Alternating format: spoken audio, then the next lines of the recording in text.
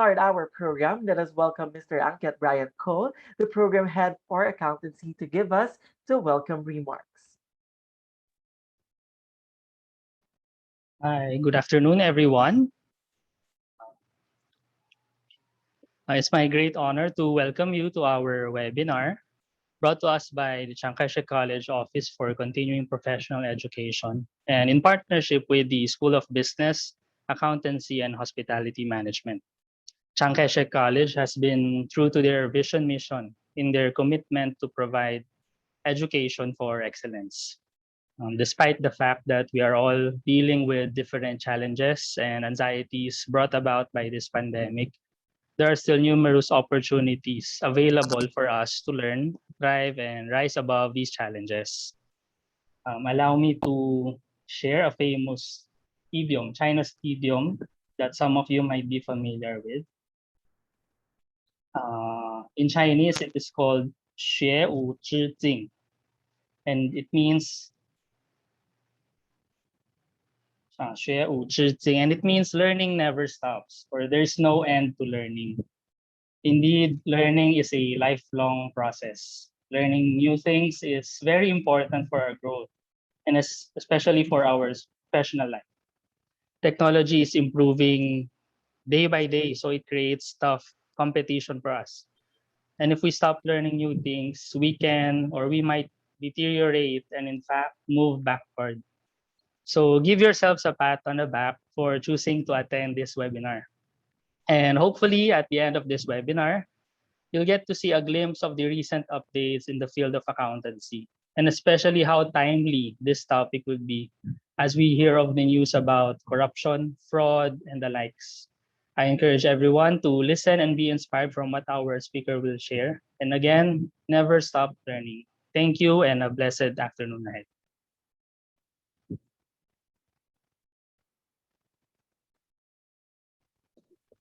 All right, thank you very much, Sir Ankit. Now, let us move forward by meeting our resource speaker.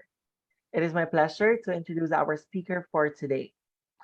He started his career as an external auditor, public practice at Punong Bayan and Arroyo P&A CPAs, member firm within Grant Thornton International for 2 years. He gained sufficient experience in the performance of financial audit of companies in a wide range of industries, including manufacturing, trade, non-stock, non-profit organization, leisure, and other service industries. After P&A, he worked in SM Savings and Loan Association Incorporated, a non-stock financial institution, as an internal audit and compliance manager for another 2 years, wherein he gained experience in internal control testing and execution of compliance program in accordance with the rules and regulation of Bangko Sentral ng Pilipinas, or Philippine Monetary Board. He also worked as an assistant compliance manager for Hong Kong Shanghai Banking Corporation, or also known as HSBC, Philippine branch for 1 year and 4 months, wherein he further broadened his experience with bank and financial institutions with guidance from regulations of Hong Kong Monetary Authority, Financial Services Authority of United Kingdom, and Office of Foreign Assets Control of USA. He worked as a financial crime intelligence and investigations analyst at Standard Chartered Bank, or SCB, Philippine branch, performing transaction monitoring and name screening investigations of bank clients and conducting compliance risk assessments specifically on AML, CTF, and sanctions concerns on the bank's products, segments, and controls. Now he's currently teaching accounting and auditing subjects at Far Eastern University, Manila. He's also currently taking up Doctor of Philosophy and Business Administration degree at University of the Philippines, Diliman. Without further ado, join me in welcoming our speaker for today, Mr. Mark Ivan Leo Ricafrente. Virtual claps, please. All right. Thank you, Sir John Aldrin, for that. Pasensya na kung medyo mahaba yung yung introduction about me. So, tawag dito. Actually, I talked to a while ago, no, before Sir Aldrin's introducing me actually. Nagkaka-text ako nagme-message ako kay Sir Aldrin. Sean Cat, sabi ko, can I speak Taglish? Kasi sinabi nila, parang, I need to speak in Chinese. Sabi ko, patay. Though may times mo akong Chinese, pero actually, I'm purely Pinoy talaga. Pero I think naman majority here can understand Tagalog naman, no? Can I speak in Taglish? Okay lang ba? I think Sige. so. Sige. Kinabahan ako kay na Sir Adjo and kay Sir Ankiat. Okay, so good afternoon everyone. So I am really honored and privileged to have a discussion with you about this topic kasi actually yung aking tinuturo rin with FEU, no? Currently doon ako nagtuturo. Malapit din naman talaga dito sa what we call forensic accounting. So siguro yung some of you this is a new term for you. So ngayon nyo lang narinig. So ano ba talaga to? Before I formally start our discussion, I want the discussion to be less really yung use of less jargon words or gagamit ako ng mga very technical terms, no? As much as possible I want to use words na we know parang at I mean equal foot standing, we know the meaning of that concept. Okay? So let me share my screen, no? Let me know if you can see my screen, no? Lang po. So kindly confirm if you can see my screen. Yes, sir, we can see it. Okay, thank you po, Sir Adjan. Okay, so for our session, we'll be discussing about forensic accounting, what you need to know. So it's more of, I think, a forensic accounting 101. So yung mga kailangan yung alamin about this discipline. Okay, so before I start again, discussing the outline, meron akong activity, no? Dito ko malalaman if you have this potential to be a forensic accountant in the future. Kahit hindi ka accountant, the mere fact that you can basically do this activity will make you, would make you say na, pwede akong maging forensic accountant, no? So I'll be showing you my screen. So yan. So ang una kong activity is to find the hidden corgi. So alam niyo naman yung corgi, 'di ba? So it's a dog. So I'll be giving you 30 seconds, no, to find the corgi. So tingnan natin kung tama yung kung makikita niyo siya, no? Kung makita niyo siya, tama ba yung yung nakita niyong figure. Okay? So tingnan natin kung makikita niyo yung the hidden corgi. Sige, I'll be giving 30 seconds. Actually, pina-check yan sa mga kasama ko. Ang tagal nila bago nahanap. Yung iba hindi talaga nahanap.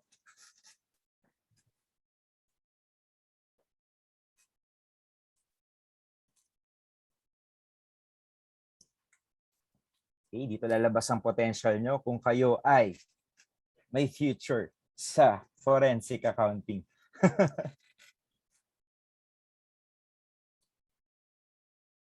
So kung may nakakita na, kindly raise your hand. No? Pwede namang We have one from the meron. audience. We have Miss Denise Alright. Dominic Chua. Okay, Right? Miss. Did you see it, Miss? Yes po, nasa palayok, nasa pat po. Correct. So, thank you for that, Denise. So, nakita ni Denise, nasa palayok. So, teka, Denise, saan munang palayok to? Is it in the rightmost or the leftmost portion, upper or left? Sa right po. Rightmost, no? So, eto siya. Nakikita niyo yung tawag dito, yung mouse pointer. So, yan, nandun siya actually. So, very good, Denise, no? So, nakita agad ni Denise.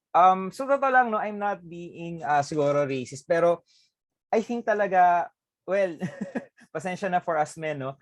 By human nature talaga, ang babae magaling talagang makakita talaga o makaspot ng mga bagay-bagay. So, totoo lang. Kasi I think it comes with their inherent nature na they can easily spot the difference between colors. Di ba nga, sa lalaki, alam lang natin, pula, asul, green. Sa kanila, ang dami-dami nilang nalalaman, ang dami nilang alam na colors na depende po sa hue, may pagka-pastel ba, yung tipong mga ganong attributes of a color. So kaya nga accounting actually pambabae.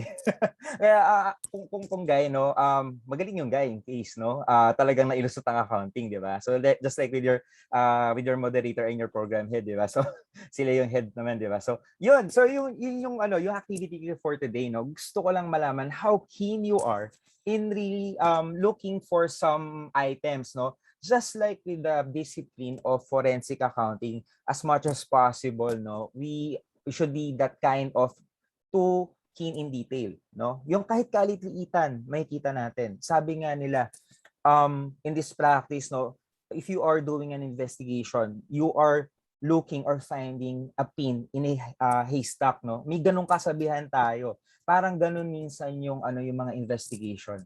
Just a mere small or a fraction of a small a piece of evidence would really mean a lot in the investigation. Okay? Kaya nga kunwari may mga crimes, no.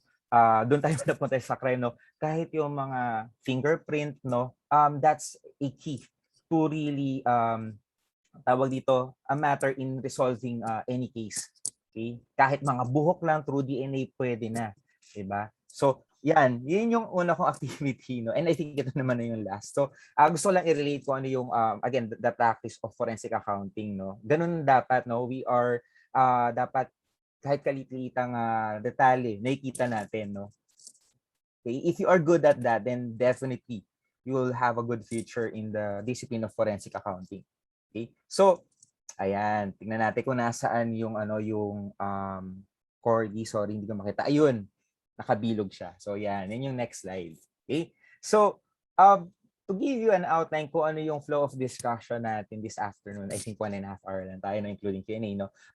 The first topic is what is forensic accounting? So, kailangan ko i-define kung ano ibig sabihin nito. Okay? So, second, what is the history of forensic accounting? So, it actually stems from the year 1930s pa, no? And we have the father of forensic accounting. Mamaya makikilala nyo siya. And then we also have the tool. So what is the tool that we use in forensic accounting?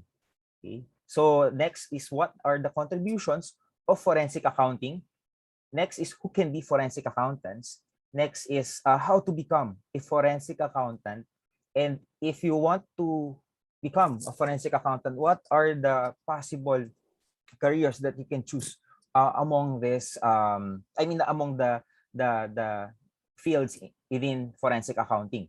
And also, we want to differentiate what is the difference between ano ba yung forensic accounting, ano yung pinagkaiba niya sa other clusters of accounting, kasi we have like financial accounting, management accounting, applied auditing. So ano yung pinagkaiba niya? Sounds like parang magkakaparehas lang sila. Okay? And then the last will be kamusta ang forensic accounting sa Pilipinas? Okay? So sige, wait lang ha. I'll be stop sharing my screen, no. Wait lang po ha. Just give me a second.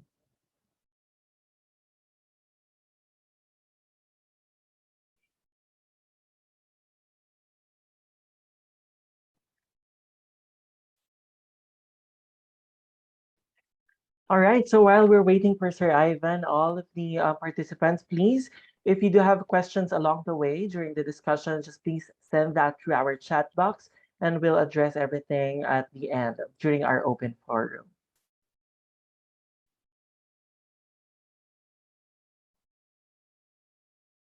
Okay, let me know kung nakikita niyo po ulit yung screen.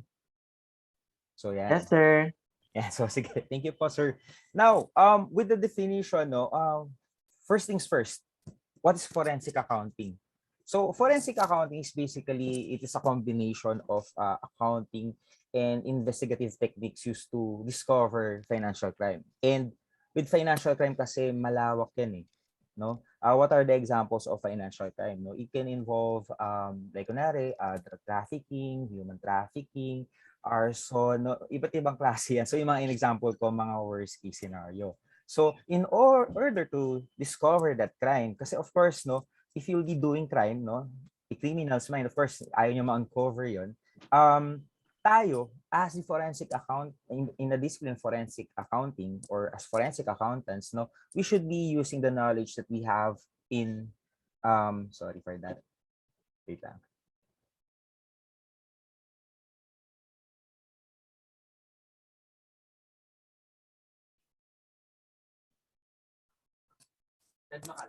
Okay, sorry for that.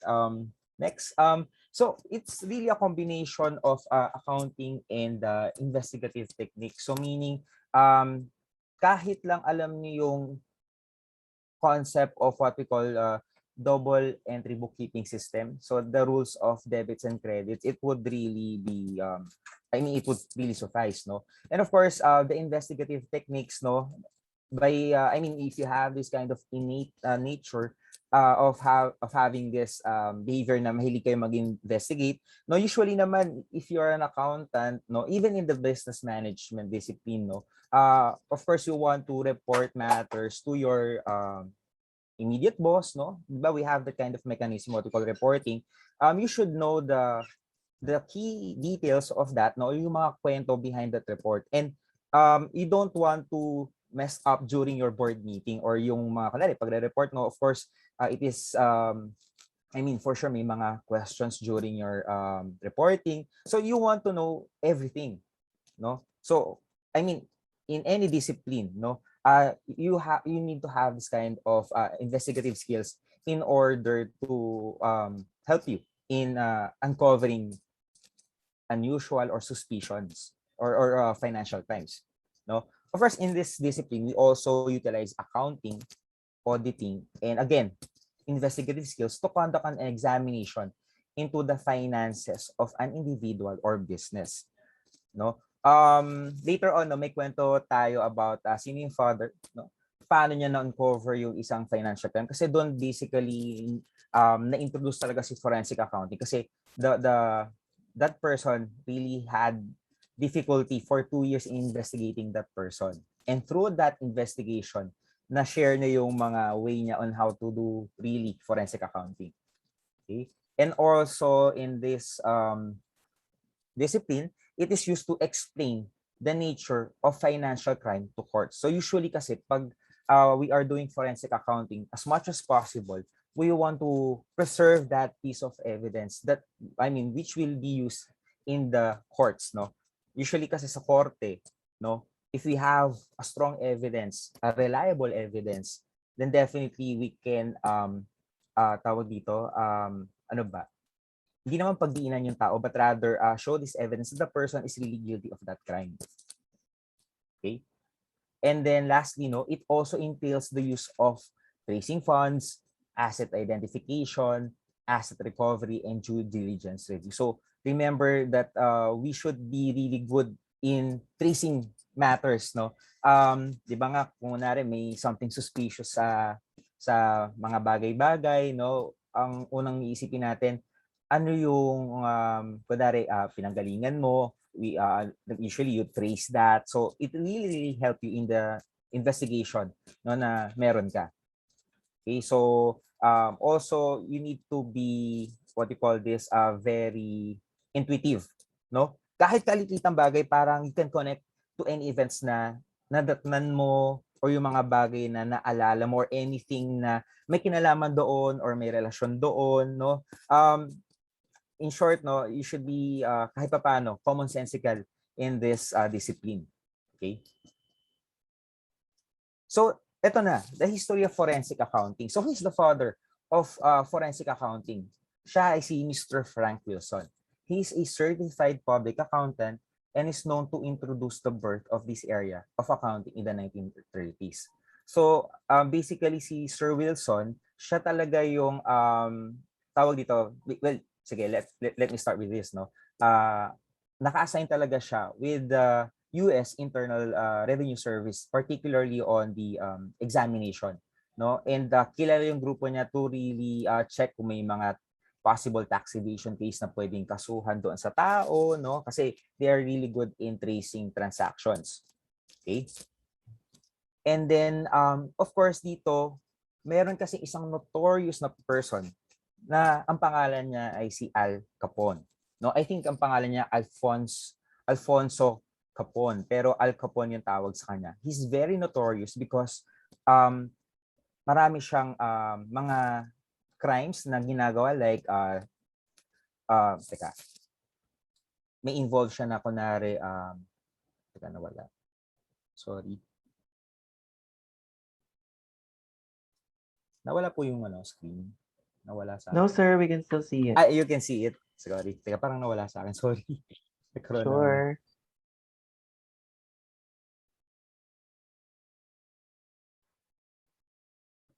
Ayan, sorry. Bumalik na. Okay. Actually, yung problem with Al Capone, no, he's very notorious. He owns like illegal bars, no? Ano yung mga basa, distilleries, no? Mga gambling houses, nightclubs, and horse and dog tracks, no? Doon sa Chicago, no? And then actually, kung meron man siyang competitor, no? Pinapapatay niya, no? Ganun siyang ka-notorious, no? And even kung meron siyang magiging whistleblower, madali niya matatrack down and maipapapatay, no? Sorry for the terms, no? And kahit politicians, kahit judge, mga judge, no, nababayaran niya. So ganun siyang ka-notorious, no? However, I mean, for some of his transactions, he's very also, ang tawag doon, very very sneaky kasi yung mga possible tracks of his transactions, particularly mga financial, no, wala talagang ka-trace-trace. Ganun siyang kagaling.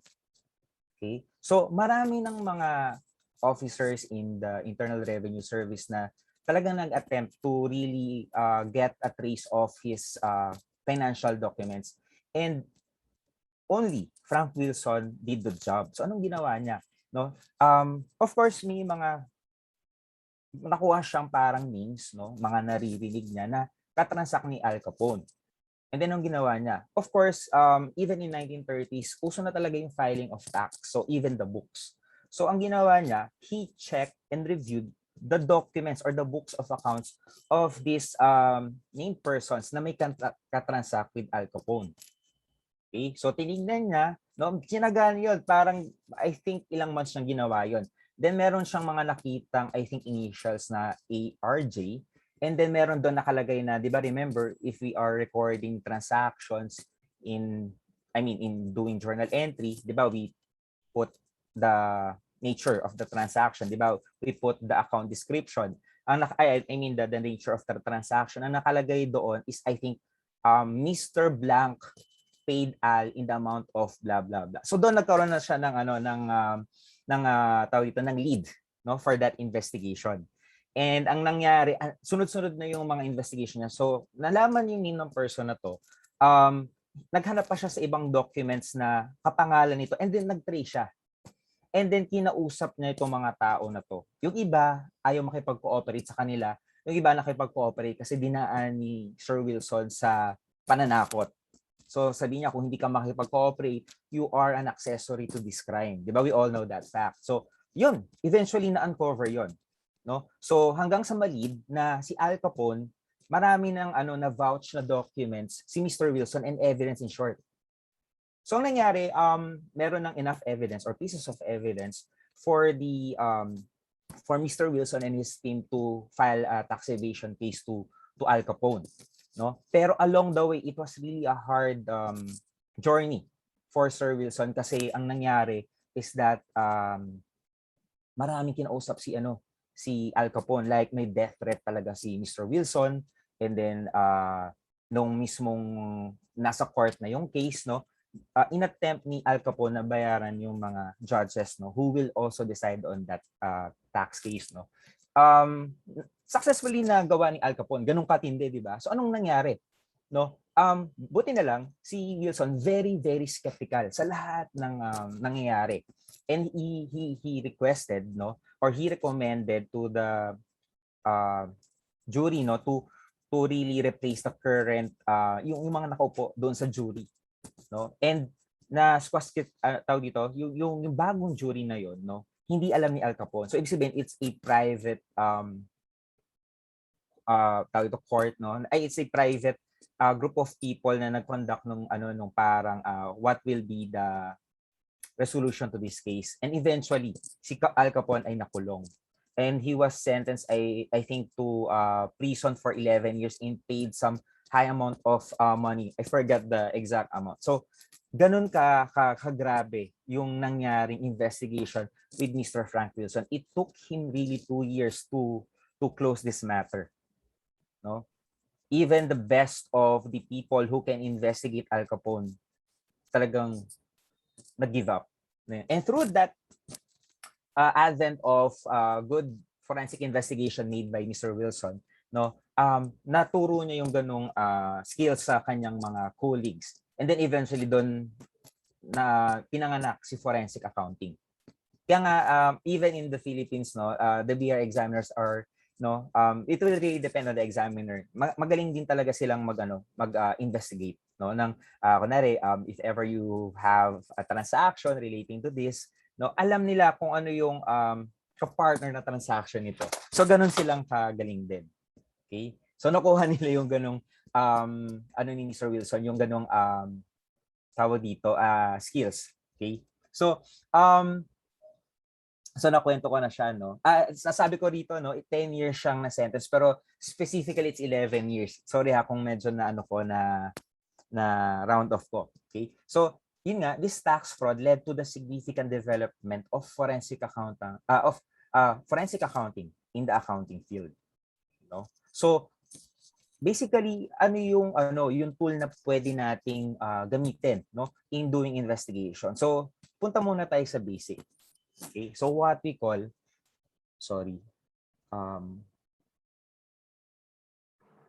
the forensic tool that we can use in the investigation is what we call the fraud triangle. So kahit yun yung starting point natin, no? Kasi if you are the auditor, if you are the accountant of the organization, you are very familiar with this, no? Pero for those who are not familiar, sige, let's discuss the fraud triangle. So basically, the fraud triangle will help us to uncover some of the frauds na possibly meron sa isang organization. Okay, so the fraud triangle is actually used to explain the reason behind a fraud.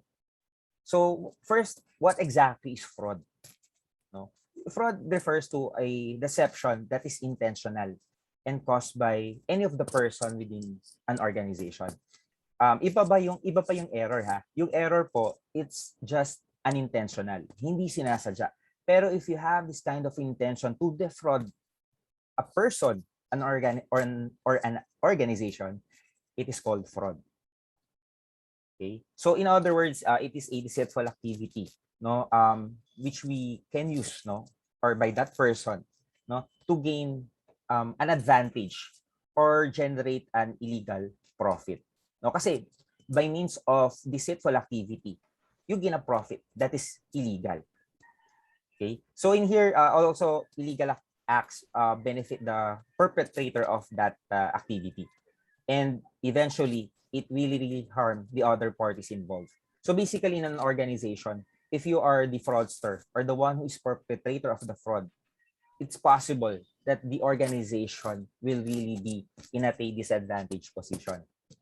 Okay? So siguro ang example natin na very basic, no? An employee na bucket ng cash or basically nag-steal ng cash from a cashier or from a register. That's already committing a fraud. No? Why? Because the employee would benefit from getting that cash. However, at the expense of the organization. Okay, so that's fraud. Now we go to the fraud triangle. And we have 3 elements of the fraud triangle. No, if all 3 elements here are present, there's a possibility that the fraud can possibly happen. Okay, so we go first with opportunity. Okay, when we say opportunity, no, let me read through this. No, it is the ability to actually commit a fraud. No, opportunity increases with ease and lack of oversight. No, basically, the opportunity you provide that person, yun na lang, an opportunity. Okay, it's possible kasi na may mga butas, may lack of control, may control deficiency, or binigyan mo kasi ng chance yung tao na mag-commit ng ganong act. So that's opportunity. Okay? So the following would really be providing these people to do the act, no? Anong mga opportunities na meron tayo na makapagbigay ng chance sa mga tao na magawin yon. So we have first yung weak internal control. So when I say internal control, these are process and procedures that are present in an organization to provide reasonable assurance about the achievement of the organization's objective. So ito yung mga nakaput na policy and procedure to guide the people in achieving the organization's objective. So kunwari, if the company wants to earn a good profit, no, we have this set policy and procedures. No? However, kung tayo ay walang policy procedure in place, that's an indicator that we have a weak control.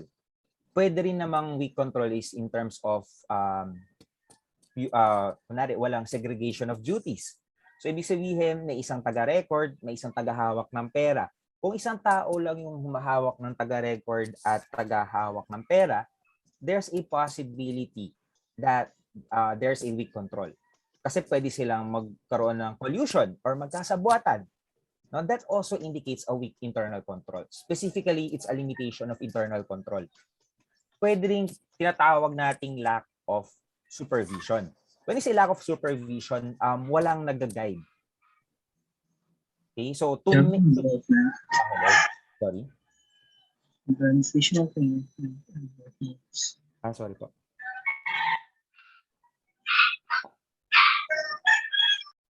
Wait ka na pa, sorry. Kala ko po may question. So, sige. So, another would be a lack of supervision. So, ibig sabihin, walang manager na pwedeng mag-guide doon sa people. Or merong proseso yung tao pero walang taga-check. Okay? So, that also indicates a weak internal control. No? Kung hindi nag-check yung supervisor, that's also a way or an open door for an opportunity to make the fraud happen. Okay, so yung example po natin is sa mga factor din na we can note for weak internal control. Another element, no, for the opportunity is what we call poor tone at the top. So I guess meron akong na-discuss no last time kung nakaten po kayo ng PICPA no, with regard to governance. When you say poor tone at the top, if the management or the board of directors is not particular with the culture that they have, no? For example, di ba, we have what we call lead by example.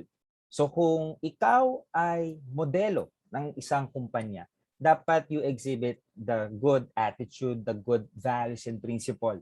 Kasi if not, no, ikaw ay number one violator of the policy and procedures, then definitely the employee will model you. Isa din gagayahin nila. Kasi akala nila yun yung tama. No, as much as possible, no, dapat po yung board of directors, sila yung magsiset ng good example. They should lead by example. Okay? Another would be inadequate accounting policy. No? Most likely yung mga financial crime, no? Hindi mangyayari yan kung meron talaga tayong adequate accounting policy. Meaning the design of the policy to control the management in achieving the objectives. Okay? But then again, kung tayo ay may inadequate or poor accounting policy, it will really provide an opportunity for the employee to manipulate numbers or manipulahin or i-modify yung mga numero. Okay? So, after we've discussed the opportunity, now we go to what we call pressure, or in other books, it's also called incentive. So, in here, it refers to a financial need. Okay? So, it also refers to an employee's mindset, no, toward committing fraud. So, examples of things that provide incentives or pressures for committing fraud include, let's say, for example, po, unrealistic sales performance. Diba? Remember that the objectives should be SMART. And one of the acronym is what we call realistic. Diba sa SMART, it should be specific, measurable, attainable, realistic, time-bound.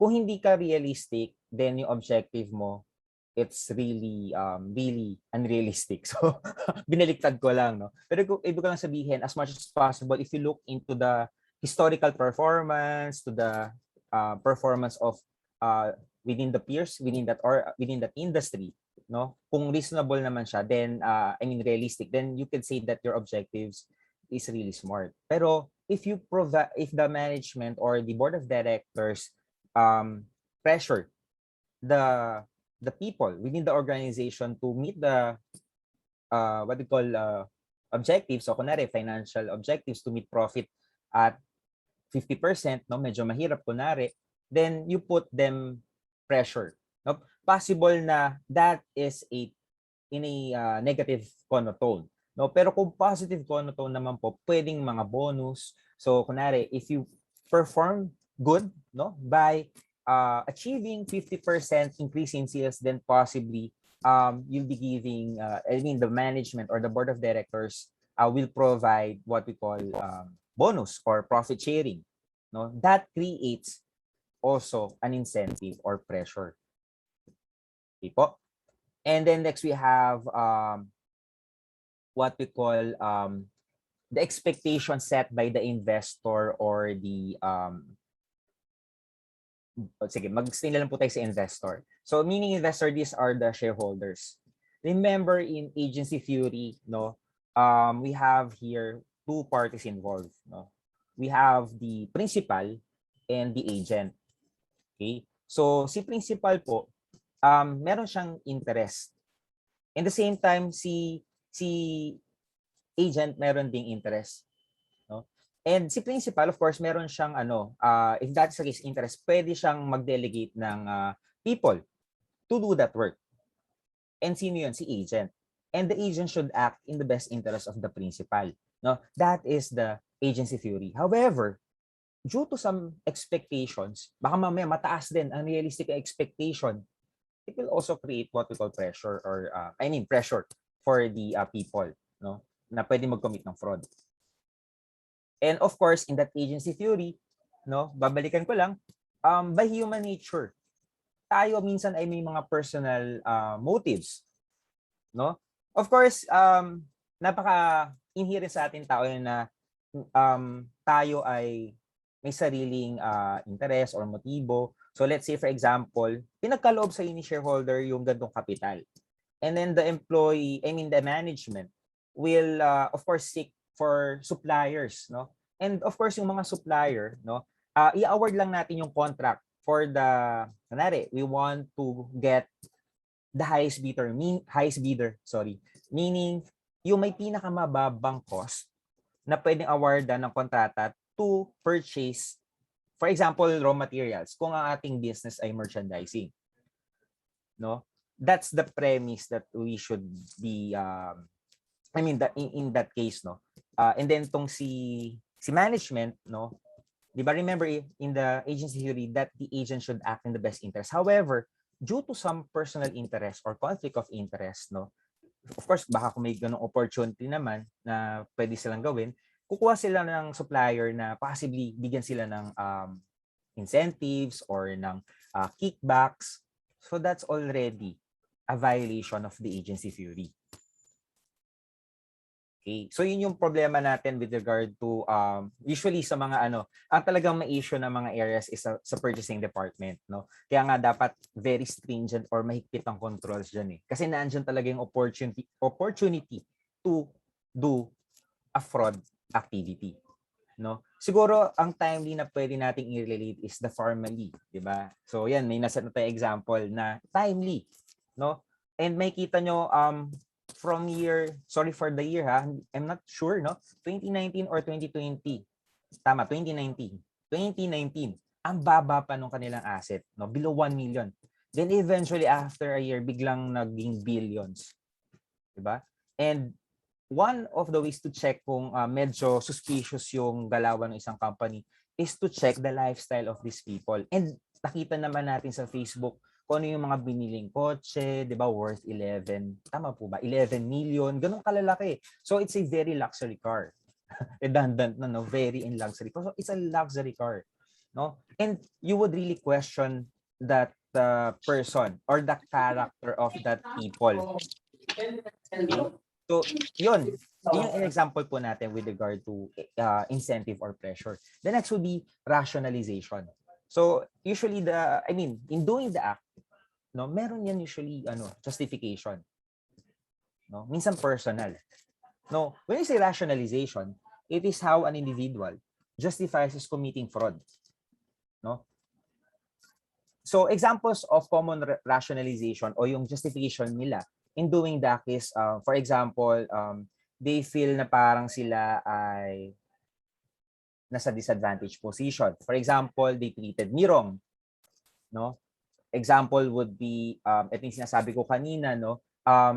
Poor tone at the top. So sinasabi nila, the upper management is doing it as well. So ibig sabihin, yung management possibly, they are already doing the fraudulent activity. Might as well.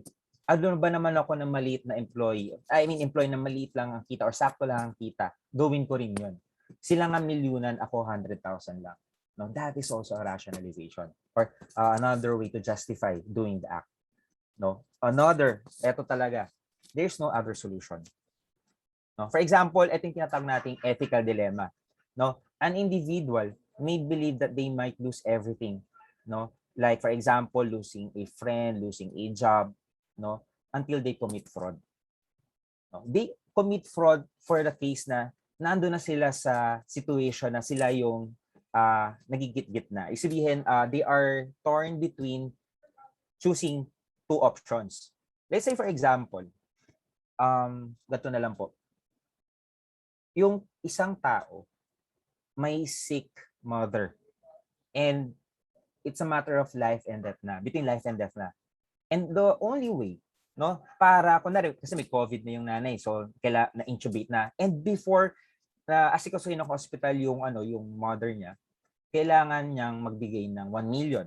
However, due to some reason, hindi niya kaya makapag-provide agad ng 1 million in an instant.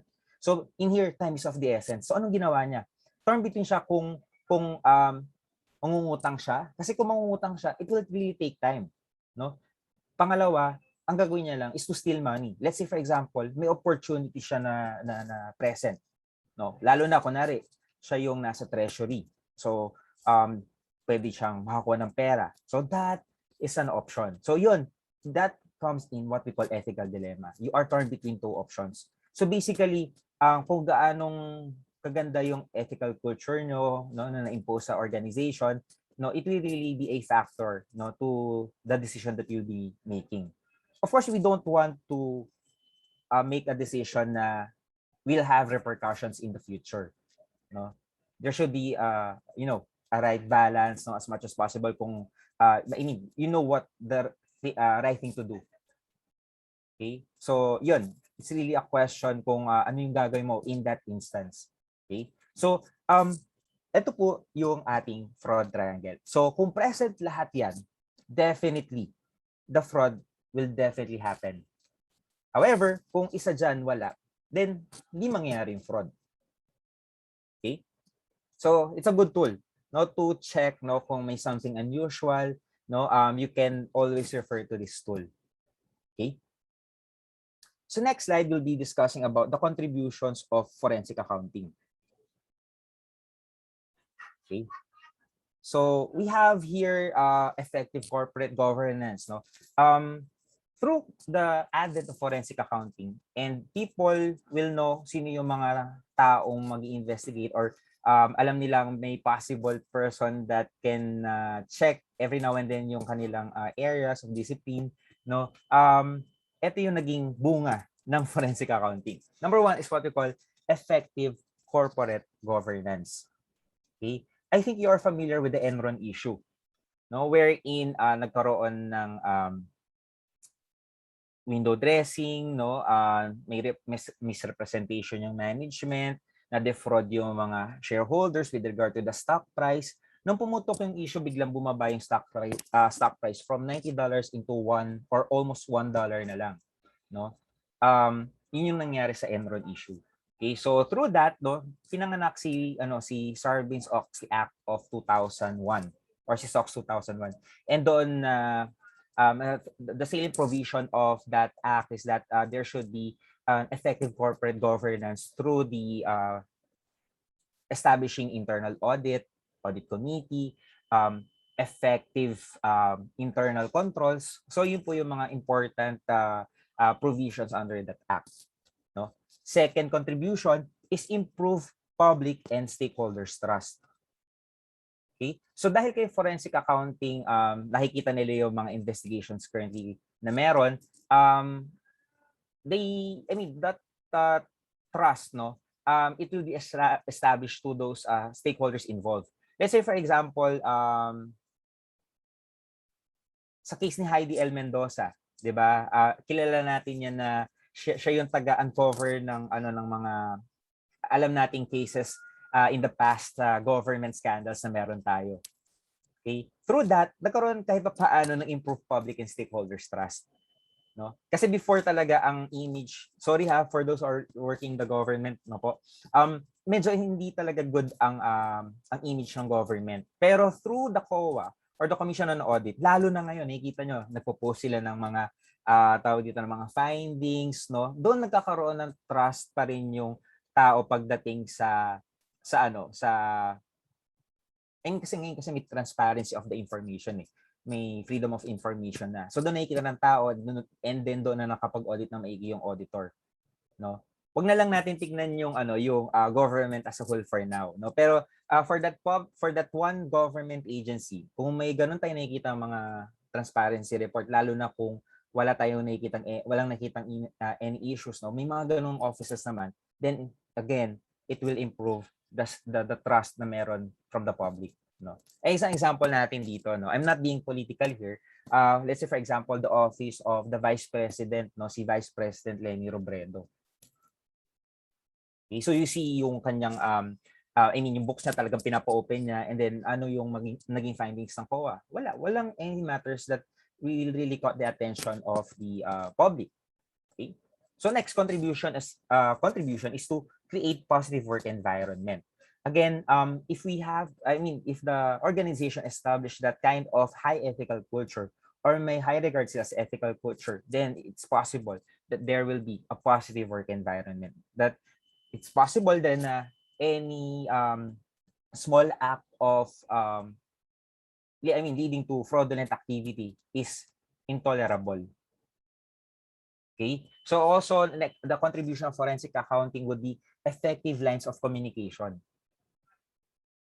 Okay, so through forensic accounting, no, dapat it's a group work, no, as much as possible, or collaboration, no.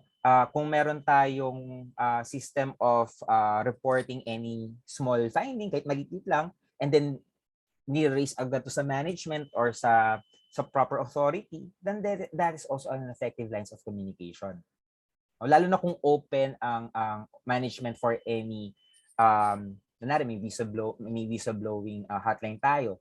That is also an effective lines of communication. We want to make sure the anonymity of the person who is doing the whistleblow. In disclosing some matters that would really caught the attention of the management. Okay, and also vigilant board and management oversight. So may kinalaman to sa effective corporate governance. Kasi when you say effective corporate governance, the board of directors is the one who is responsible for this function. And if that is the case, they have this oversight function, then they are vigilant and should have a good oversight over the performance or the operations of the management or the organization. Okay? And also through forensic accounting, no, meron tayong tinatawag na code of conduct. So any violation of that code of conduct. So when you say code of conduct again, no, hindi ko pala na-discuss sa inyo, no, nandun kasi nakaset yung mga acceptable behavior or norms within the organization. Ano yung mga pwedeng gawin, hindi pwedeng gawin. So kung nagawa yun, what reward can we give them? If ever kung meron na violate, what punishment can we give them? Parang ganun. So kung merong concept of rewards and punishment, mas lalo nang magiging tawag dito, very alert ang tao in terms of their work, no, kung ano yung tama at mali, no. And through forensic accounting, na-establish yung rewards and punishment din. Okay? And lastly, the contribution of forensic accounting is to incorporate fraud investigation in private and government offices. So mga big companies usually may mga fraud investigations department. Okay? So swerte kung meron, no? At least they are the department who should be doing the investigation relating to fraud. Remember that any fraudulent activity that you you are very suspicious na nangyayari, or you have this kind of suspicion na pwedeng nangyayari ngayon, hindi tama na ikaw yung mag-handle ng investigation. As much as possible, it is a person who has this expertise over fraud investigation. So sino itong mga to? Mga forensic accountant, fraud examiner. So sila yung mga pwedeng gumawa. Just like also with the government offices. Most likely sa government offices, ang kanilang fraud examiners or forensic accountants is the Commission on Auditors or the COA auditors. Okay? So ito yung mga naging contributions ni forensic accounting, no? Mas lalong napaigting yung corporate governance, no? And public trust, no, na improve siya, no, kahit papaano. Okay? So next we'll be discussing about who can be forensic accountants. So sabi ko nga kanina, no, anyone can also be forensic accountant. Kahit okay lang 'yun, kahit hindi niyo nakita kanina yung basically yung the corgi in the picture. Pero it's already a good indicator that you have a good future in the discipline of forensic accounting. No? But don't worry. Of course, if you are interested in this work, no, you can be still a forensic accountant. Of course, you'll be going through some process of knowing ano ba yung mga, how to do investigation, no? Nakukuha naman yan. It's also a skill na pwede rin nating matutunan in the process, no? As much as possible, meron sanang ability yung mga tao, no, na to, no, para pwede maging forensic accountant. So sabi ko kanina, they should have what we call keen. They are very keen in detail. So they should have a good pay attention to the smallest detail. Okay? So kahit nga, 'di ba, kung nanonood kayo ng Soko, no, kahit yung mga maliliit na buhok, pag kinukuha yun ng mga ng mga tagakuha ng pieces of evidence, and even that smallest detail, no, it would really matter. Okay? So next, if you also have the ability to analyze data thoroughly. So if you have a set of data, how do we make sense of it? So you analyze, no? So anong kinalaman ng buhok sa isang investigation? Anong kinalaman ng fingerprint sa investigation? So anong kinalaman ng mga taong nakasaksi doon sa isang nangyaring crime? No? Just like in the organization, or yung ginawa na lang ni Sir Frank Wilson, no? Nakita nyo, nag-analyze siya ng maigi, no? Nalaman niya yung mga names of the people who is involved or who has a suspected financial transaction with Mr. Al Capone, no? Parang Jico, nagutom ako. Okay. Tawag dito, yun, ginamit niya yung analysis skills niya. So, nag-trace siya, nag-vouch siya, hanggang sa nag-lead yung mga, nakakuha siya ng pieces of evidence at inipon niya yun. That would really be a good evidence against Al Capone. No? Through good analysis skills, nagawa niya yun. And also, we should be able to think creatively. No? Hindi tayo like black and white, no? As much as possible, we can gather, we can evolve some factors or ano yung mga pwede nating isipin na angle in this case, no? So it's a good practice that if you have a wide knowledge about that certain area, kunwari, lalo na if you're doing forensic accounting, kung ikaw ay very knowledgeable of accounting and auditing, it will really help you. No? So next also is to possess common business sense. So ito yung sinasabi ko, as much as possible, no, we should be commonsensical. No? And lalo na if you have good business skills, no? No, so, actually yung forensic accountants naman talagang nag-work if may operations, if may business na involved. Okay?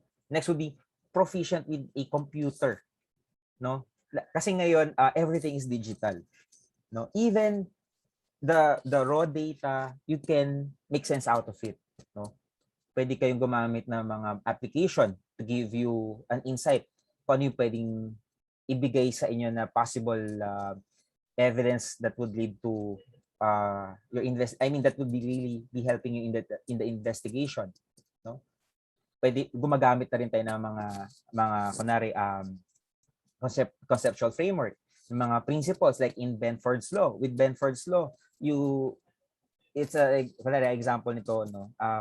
With Benford's law, you can check kung may something unusual doon sa numbers within the financial statement. Masasabi nila yon kasi through a pattern, no?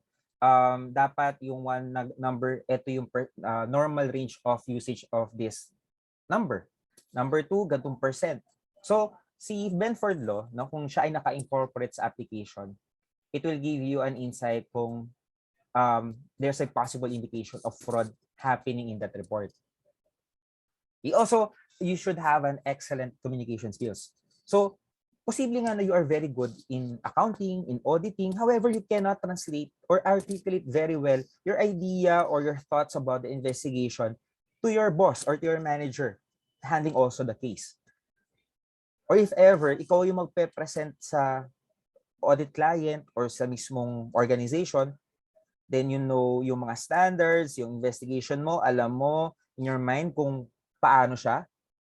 You know the context, pero you cannot translate it na very understandable to your audience. So how can you prove that your your statements, no, your findings is really effective against that person? Okay. No, pero as much as possible, we don't want the people na madiin. I think kung na-mention sa inyo, in auditing, we should be scrutinizing the process or the policy rather than the people. No, ayaw natin magkaroon ng, pag-initan yung tao. Kung may butas man, it's probably the process or the procedure. Okay? Kaya nga nandun yung fraud triangle. If strong ang internal control, then wala tayong magiging problema. Okay? So next would be a sixth sense that can be used to reconstruct details of past accounting transaction is also beneficial. Just like yung ginawa ni Mr. Wilson, no? Pinagtagpi-tagpi niya lahat ng mga ebidensya, no? Ibig sabihin, through that reconstruction of details, no? Ayun, nakatulong sa investigation niya yun. No? Sixth sense, it's more of also intuition. No, kung may nakikita kang gantong parang perspective of the possible happening in that scenario, then tingnan mo kung nagme-make sense yung pagtatagpi-tagpi mo ng pieces of evidence. Okay, kung may contradicting, it's possible na hindi yun yung angulo ng gantong pangyayari. And lastly, a photographic memory helps when trying to visualize and reconstruct these past activities. Photographic memory would help, meaning kunwari you're doing the investigation and then you are what do you mean by photographic memory? During your short stint or stay in that area, no, siguro nag-interview ka, no, you are mataas yung memory in terms of recalling, no, not really photographic memory, is also including the audio one. So yung narinig mo around your background. So as much as possible, kung ganun ka kagaling na naalala mo lahat ng detalye, no, it's a good ability for you to have, no, para maging good forensic accountant. Okay. And to give you an idea, what are the possible certifications that you can have to become a forensic accountant, no? We have here the Association of Certified Examiners, or the ACFE. They can provide an opportunity, no, for the individual to become a certified fraud examiner, or the CFE. Then another body, which we call the Institute of Certified Forensic Accountant, or the ICFA, also provides another certification, which is we call the CRFA, or the Certified Forensic Accountant. So either of the two, if you have the certification, definitely it will an evidence of that individual na meron siyang ganong knowledge or proficiency in doing forensic accounting or doing fraud investigation. So in here, we will focus on the CFE. So what are the requirements to become a CFE? So I do not really promote the certification. It's more of giving idea how you can become or how you can makakuha ka ng mga skills na or knowledge kung paano maging forensic accountant. Pwede yung i-take to mga certifications na to. So for this one, yung CFE, for you to become one, no, you should be an associate member of the ACFE in good standing. Next is to meet the specified academic and professional requirements, be of high moral character, pass the CFE examination, and agree to abide by the ACFE's bylaws and code of professional ethics. Okay. So next will be what are the academic requirements? So generally, applicants for the CFE certification have a minimum of a bachelor's degree. No, so any bachelor's degree. Pero the association, they highly encourage those in the fields of accountancy, internal auditing, business, economics to be proficient in accounting, fraud, and other related principles and concepts. No, siguro wala nang problema with accounting. Now, if you have fraud, and you need to obtain fraud and other related principles and concepts, you may attend review centers for this one. Or there are some materials available naman online, no? So naman tayo, I think resourceful person naman tayo na pwede tayo makakita ng mga tawag dito ng mga materials that can help us in really understand fraud, no? And in the academic requirement, no specific field of study is required, no? As long as you have what we call the investigative skills, no, enough na yon. Pero improving your knowledge, no, through materials na meron with fraud accounting, no, or forensic accounting, it would really help. So for the CFE professional requirements, no, CFE designation requires at least 2 years of professional experience in a field either directly or indirectly related to the detection or deterrence of fraud. So, okay lang naman kahit hindi pa kayo, wala pa kayo experience with regard to this kind of work, no? Pwede na kayo mag-take ng exam. Ngayon, kung nakapag-take na kayo ng exam, no, siguro hindi pa kayo certified, you need to gain sufficient experience covering this work, no? And then this is the time na nakapag 2 years nakagather na kayo ng 2 years working experience, then that's the time that you can be certified. So what are the acceptable fraud-related experience? No, it can be accounting and auditing, also criminology and sociology, fraud investigation, loss prevention, and law. So anyone may gantong background na work, no, fraud-related experience din yan. That can be counted as, for the 2 years working experience before you can be certified. Or kung ako muna siya during taking the exam, that would count. So pagkapasa mo, certified ka na agad. Okay? So the CFA examination, what's the exam format? No, it involves 4 sections that test the knowledge and expertise relating to number 1, fraud prevention and deterrence. So meaning what are the ways we can prevent, and further, if it happens, no, what controls can we put to mitigate its possible happening again. Okay. Next, it would be financial transaction and fraud scheme. So dapat you are familiar also with some of the financial transactions. So usually mga involved dito cash, no. So yun, and also fraud schemes. Next is would be investigation, and lastly would be law. So each of the 4 sections has 125 objective questions. It can be multiple choice, true or false, etc. And then again, the exam is a online test and must complete with each section in one sitting within 2.6 hours. And it must be completed all 4 sections within 30 days. Okay? So medyo matagal yung exam. Okay? And kailangan mo complete nyo within 30 days. Okay? So now, what are the possible careers in the forensic accounting discipline? No, you can be an accounting professional. Okay, you can be corporate security officers, meaning you are a person who is overseeing the physical assets of the organization. No, that's also a security officer. Possible din information security, meaning the handling of information within the organization. Also as expert witness, no? Kung ikaw yung nag-investigate, no? And you gather the pieces of evidence, definitely you can be an expert witness. Then next would be government inspector. So ito, COA auditors. Then next would be independent consultant, no? Pwede kayong kunin ng mga different organization na merong mga possibly lumapit sa inyo na merong silang suspicion of fraudulent activity happening. Also, internal auditors, no?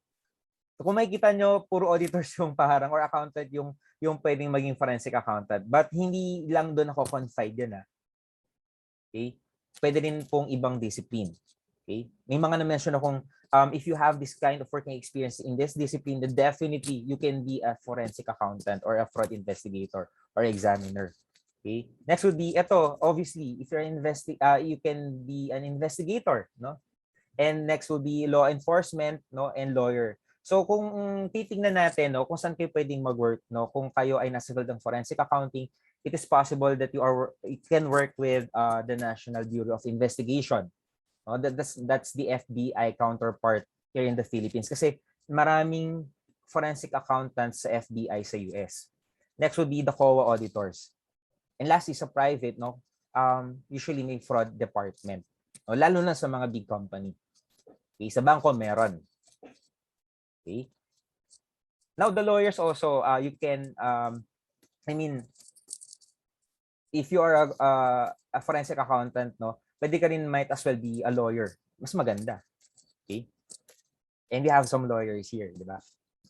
So next would be what is the difference among forensic accounting and other classes of accounting? Baka kasi isipin nyo, accounting yan. So, dapat may debit and credits. Hindi naman necessarily. Okay? Actually, kahit hindi ka very knowledgeable about the standards, no? Pero if you know the basics, it will really help you. Okay? So, in here, forensic accountant is basically the use of accounting skills to investigate fraud or embezzlement in order to provide evidence. Again, laging kailangan yung evidence, no? As much as possible, kailangan preserve yan, no? Which can be used in a court of law. No, tama po ba mga attorney? I-correct niyo po ako kung mali po ako, nakakaya po. Okay. So, isa pong example, no? Lalo na nasabi ko kanina, uso na yung digital transactions, no? And marami yung fraudster, no, yung nahahack, no? What if your computer or the laptop or the computer within an organization ay merong activity, no, na nandoon nagpo-perpetrate yung fraudster, no? Let's say for example hacker 'yon. So ano yung pwedeng gawin, no, to preserve that evidence, no? Number one, tanggalin mo yung socket. Kasi through that, no, kasi pag kunwari na-detect ka ng hacker na napansin niya na nakatunog ka, madali lang niya tanggalin yung mga traces, no? In order to retain that trace, no, or may maiwan na traces, no, madali lang yan. Tanggalin niyo lang yung saksakan, no, and huwag niyo bubuksan. You can and then make sure na hindi connected sa Wi-Fi, no, sa LAN yung inyong computer. Then you can ibigay doon sa fraud examiner or sa forensic accountant yung laptop or computer to investigate further. No? Usually yung mga nag-investigate nan yung talagang magagaling sa programming. Okay, so sila yung nag-check, no? Possible na makita lang nila kung sino yung tao na yun, no? Kasi makukuha nila yung what we call the IP address, no? Identify nila yan, no? As much as possible, wag mong hayaan na ma-discover na-discover mo yung fraudulent activity na nangyari dun sa computer. Kasi ngayon talaga fraudulent activity is now digital. Okay? So now, if that's the definition of forensic accounting, ano yung pinagkaiba niya sa other fields or clusters of accounting? Now we have here auditing. When you say auditing, no, it provides confidence in the world's financial system by performing audits of financial statement to provide what we call reasonable assurance, no? That the company is really representing yung kanilang assertions or they really provide the true and fair view of the company's financial position and performance. So the in short, auditing provides an assurance, no, to check if talagang kung ano yung sinasabi ng management or the board of directors is really reflective of the financial statement. So they give an opinion, no, through that. Okay. Next would be cost accounting. So when you say cost accounting, it's all about cost, including labor cost, cost of material, cost associated with shipping, production cost, and other costs related to supply chain. So it's all about accounting of cost. Okay. Next would be management accounting. So sa cost accounting, determination of cost. Now with management accounting, it's a wider view of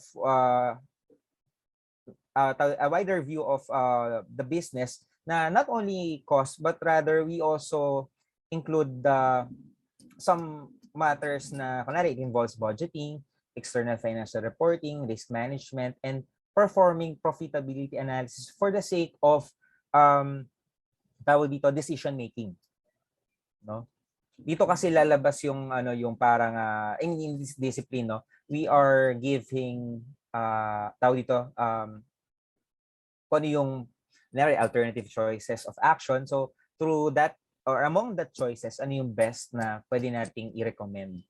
Okay? So parang dito yung lumalabas na decision making process natin. Now with financial accounting, it's more of generation of financial report, no, outside for external users, no, that they are based on accurate information and follow the applicable financial reporting standards and framework. With financial accounting, it follows the Philippine accounting standards. With management accounting, wala tayong fina-follow na standards, but rather ang fina-follow natin is the consensus among the peers within that industry kung ano yung acceptable report na pwedeng ibigay kay management for their decision making. Now with tax accounting, it refers to the rules used to generate tax assets and liabilities in the accounting records of a business or individual that is derived from the National Internal Revenue Code of the Bureau of Internal Revenue or the BIR. So basically, paano mo i-interpret yung mga circulars issued by the BIR with regard to tax rulings, no? Kung meron kang tax exposure, dito mo malalaman sa field na to. So that's the other clusters of accounting. So you see that the forensic accounting is really another animal, no? Basta you use the basics of accounting, again, it would matter. I mean, it would be enough, no, for you to be in that profession, no? Lalo na idagdag mo yung if you have a good investigative skills, no? So kamusta naman ang forensic accounting in the Philippines, no? Sorry for the time, no, medyo nag-over time. So there's a rise of white collar crimes, no, in the country. When you say white collar crimes, kasi dalawa yan. We have blue collar crimes and white collar crimes.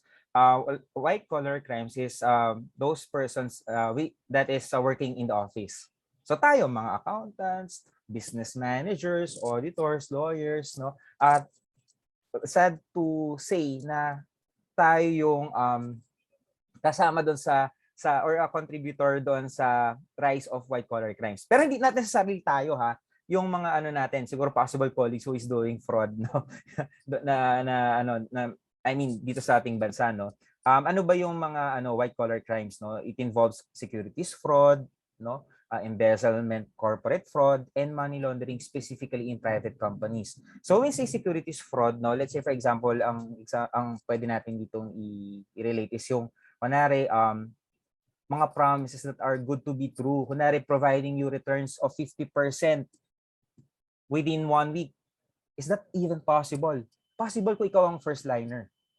Pero if you are the next in line, most likely hindi siya sustainable. That is a securities fraud. No? Please make sure that, I mean, if you want to invest in a fund, no, or you want to have a good return in investment, reasonable rates are less than 10% nowadays, no. Gone are the days na malaki talaga yung interest, no. Ngayon kasi being realistic na ano bang kalagayan ng economy natin, no. Ang bangko nga less than 1%, 0.10, 0.20, 0.25% per annum, that is very low, no. Ang mga risky assets nga na pinag-invest na natin, mataas na, maririnig mo parang 10%, pero dati pwedeng umabot ng 20, 25, 20 years ago. 'di ba? Yung mga I forgot the name of the investment, pero dati may mga nag-guarantee talaga ng return na mataas na yun, 15%. Ngayon wala ka na makikitang ganun. Okay? Pwede siguro kung sa sa stock investment, no? Pero again, you are playing the I mean, it will really depend on the movement of the price, no? Ngayon maganda mag-invest. I mean, last year pala kasi talagang down ang price ng market. Now, medyo paakyat. So kung nag-invest ka last year, then definitely you have a good unrealized profit, no? Now also money laundering, no? If naalala niyo yung kay De Quito, no? She was a branch manager of RCBC, sorry. No? Anong ginawa niya, no? Yung pera no worth, I think I forgot the number, pero yung 81 billion na pumasok sa Pilipinas kasi, pinasok ng mga hackers, I think, from a certain country na parang sumakto sa holiday natin, wherein nagkaroon ng clearing, no, doon sa Federal Reserve ng US, wherein may account kasi doon si Bank of Bangladesh. And then may opportunity na open. So yun, fraud triangle, di ba? So sakto, nung holiday sa atin, pumasok yung pera. Then para hindi ma-flag na siya ay may perang pumasok na malaki, no? Dumaan siya sa certain banks, no? And then may junket operator na parang pinasok muna sa casino. And then nilaro-laro to make the money look clean. So that's the premise of money laundering. You make the money to appear clean. No? Buti na lang, no? Of course, dumaan sa RCBC. Yun yung nakapagtaka, hindi na flag yun ng RCBC na suspicious or unusual. Then, palabas na sana yung pera offshore. Buti na lang isang bank, I think if it's not Deutsche Bank, siguro JP Morgan, na-detect yun. Then doon na-report kay AMLAC or kay Anti-Money Laundering Council. So yun, doon nag-start na parang mas naging stringent yung controls natin sa AMLC. So totoo lang po, ang Pilipinas medyo huli na pagdating sa anti-money laundering controls. No? Nasite nga tayo one of the two worst controls sa hindi maganda yung yung with regard sa AMLC practice na meron sa country. No, kasi 'di ba meron tayong mga limitations, no, like the Bank Secrecy Act, no? We can't just investigate the bank accounts of people. Kasi so to lang pag inopen po 'yon, no? Or nilax natin yung regulations natin with that. Definitely marami makikita, so totoo lang po. No, kaya marami talagang ayaw talagang not in favor to open bank. To have the banks to really check to have other parties to check into the bank's account of people involved in money laundering. Okay? Kasi kung magiging relax na yung policy with that, malamang maraming reports kay AMLAC. Okay. Also, no, sad to say we have still this problem, no, graft, bribery, and corruption in the government. Really, this is clearly the root cause of the poverty.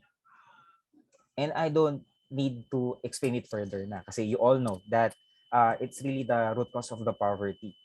No? We compare the economy of Korea. Diba? They do not tolerate. They have zero tolerance against this activity. No? Kahit nga yung presidente may may na-uncover lang, diba? Public apology and step down. Sa atin hindi. Okay? Okay, with this premise, there is an increasing need of fraud experts or forensic accountant in the country. And I think naman, no, with COA, nakikita nyo naman yung kanilang effort in really checking or doing the check and balance, no? Marami talaga naisisiwalat. So I think it's more of really the kailangan baguhin sa atin yung custom, the acceptance of kapag ganito yung finding, then we should accept. And if may ganyang happening, we should correct the system. So ganyan pa yung lagay ng system na sa atin. Hopefully in the future, no, sana 10 years or 20 years in time, no, mag-improve yung ating tawag dito, yung ating situation with regard to these matters. So that's all. Do you have any questions po?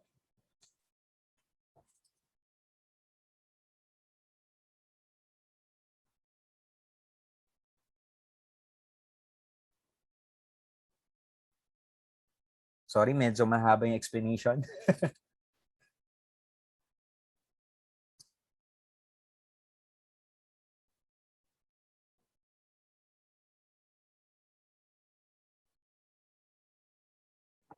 All right. Thank you very much, Sir Ivan. Now we are going to entertain the questions already. Okay, so we have one question here. How did forensic accounting fare with Evergrande issue? Ay, sorry. I'm not familiar. What is the Evergrande issue? Sorry. Sorry, I'm not familiar. Let me check with this one. Yeah, not familiar. Do you want to give us like background kay Lotus Tiriza, the one who sent the question? Is it the debt problem that threatened China?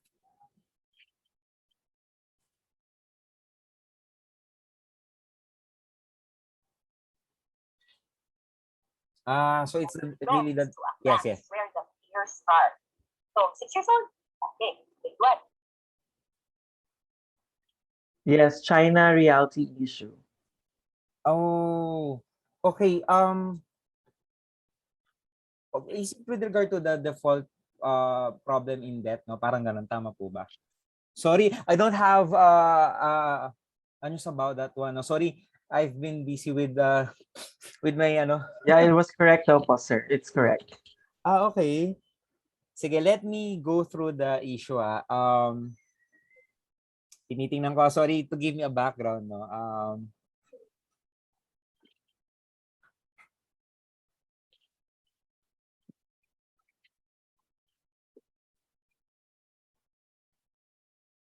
Is it really is it in connection with the realty, no? Tama, no? Yes, po.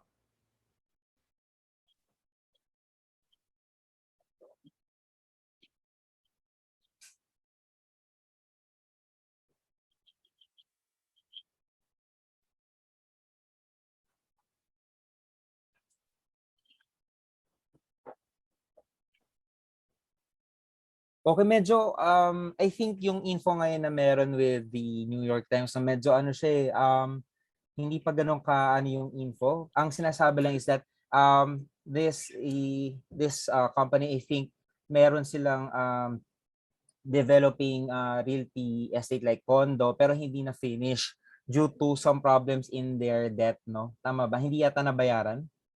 Sorry. Hindi pa yata tapos yung investigation eh. Tama po ba? It defaulted. Ay, defaulted. Okay. Actually, in terms of fraud, parang wala yatang na-mention eh. Pero it's more of mismanagement yung nakikita ko dito eh. Yes, po. Okay. Oh, So sorry. yeah, it's okay. Ah. We do have the next one. Do forensic accountants make use of materiality in the conduct of their work? Okay, in terms of materiality, well, let me go first to, pwede kasing mag-investigate si internal audit actually or the external audit. And yes, they do follow the concept of materiality. Pero with regard to the fraud, regardless yung niya, yung parang, kunwari, may nakita lang na qualitative factor, let's say for example, a red flag, no? It's a possible indicator. So hindi siya like tumitingin talaga sa money involved, no? Parang more of kahit maliit na bagay, no? Pwedeng maging investigation for fraud actually. So I think if that is the context of your question, no, if materiality would matter, not really for the fraud investigation, but yes for the practice of audit. Okay? Kasi possible na si internal audit may mga nakitang red flags and they would what you call this, elevate or raise this concern to a person who has this expertise of fraud investigation, then that's where fraud investigation comes in. So yun, kahit maliit na bagay or malaki, for sure kung may nakitang maliit, baka it's only a tip of the iceberg. So kailangan niya i-uncover pa yon. Okay? It will really depend on on that matter.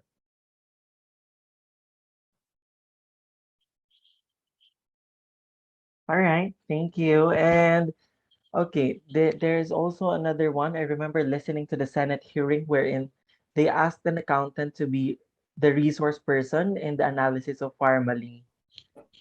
Okay.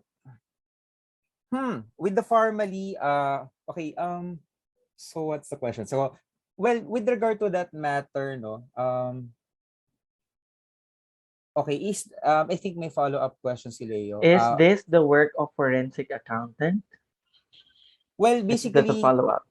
yes, ganito, no, if they are, kunwari, nasa hearing, so, parang ang equivalent niyan, parang tinawag sila sa korte, no, they should answer as much as possible the questions raised during the hearing or the investigation. Now, if you are providing or disclosing information, it's not really the work of the forensic accountant. Okay? Kasi the Senate hearing, it's more of another body investigating that matter, no, with regard to the analysis of the financial statement, no. Again, in the discipline of forensic accounting, a team of experts who has this fraud skills or fraud investigation skills would do the investigation. No? Unless yung Senate hearing, meron silang, we don't know kasi baka mamaya sa Senate hearing, meron silang a group of people who they hired, no, to do the investigation. It's possible merong in-involved na work of forensic accountant. Pero mismo yung Senate hearing, they are not really the ones who should do the yung pag-trace, yung pag-gather ng pieces of evidence. What can ang pwede nilang gawin is that this piece of evidence of this forensic accountant, they can provide it to the Senate, no, for the Senate hearing. Okay? So iba pa yung work talaga ni forensic accountant doon sa Senate hearing. So yeah. All right. Send lang po tayo questions if you still have questions. All right. So we have one from Sir Alger Tang. Maybe. I think the Senate is looking for forensic accountants already. How different are audit procedures used by external auditors and procedures performed by forensic accountants? Okay. So good question, Sir Alger. For this one, usually the procedure, well, gato na lang po isipin natin, no. The external audit and the forensic accountants are two different person. Now, with the audit procedures used by the external auditor, they can, yun nga po, yung sinasabi natin, they can look for indicators of fraud. Okay? So they have that kind of procedure naman. Let's say, for example, I think in one of the audit procedures ng external audit is to check the lifestyle of the board of directors, the management, or even the people. Now, if there is an indicator na siya ay may ganong lavish lifestyle, they can provide that kind of information. In doing the further checks, kung talaga bang may lavish lifestyle yung tao, it is beyond the work of external auditor. It is within the scope of work of the forensic accountant naman. Now, unless that external auditor has this also fraud investigation skills, wherein may with external auditor hindi pwede kasi iba yung kanilang procedure basically on the audit of FS and assessing the controls in relation to financial reporting. Pero kung internal auditor yan, possibly pwede sila maging forensic accountant din, no, kung sila yung kung meron silang skills or sila ay certified or they have a previous work of doing the investigation, they may do so. Okay? So, yun po. Nasagot ko ba? Sir Alger. Right. Okay, thank you, sir. We also have one question from Sir Ramon. Do forensic accountants follow a set of framework or standards similar as auditing standards? Yes, they do follow the a certain framework, no. I guess I can share with you kung anong framework yun. I forgot the name pero meron ding fina-follow kasi iba pong discipline talaga si forensic si forensic accounting or si fraud investigation?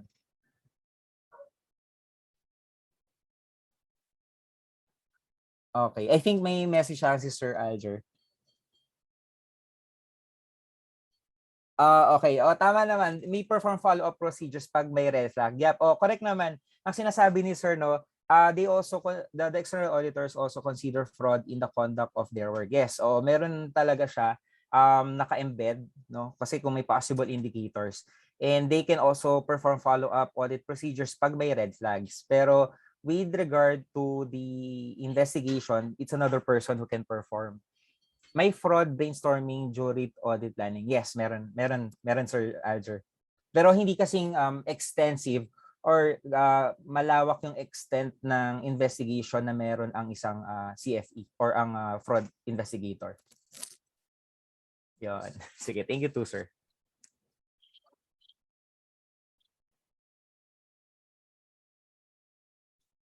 All right, we're still waiting for last set of questions before we conclude this event. All right.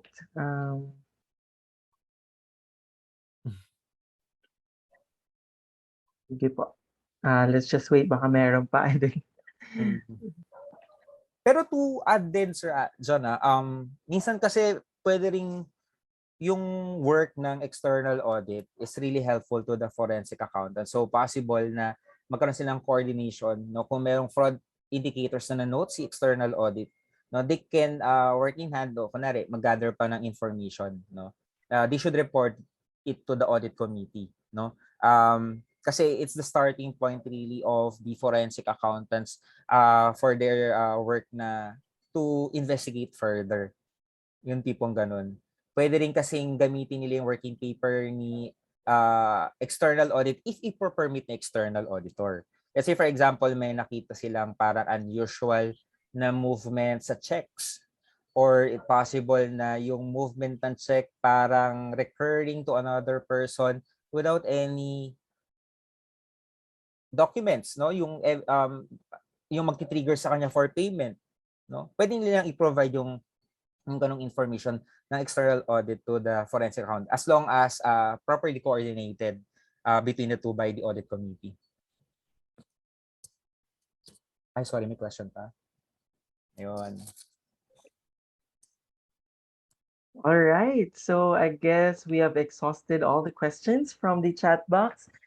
Okay, so yeah, thank you very much, Sir Mark, Ivan, Lee, Ricafrente, for the productive afternoon of learning.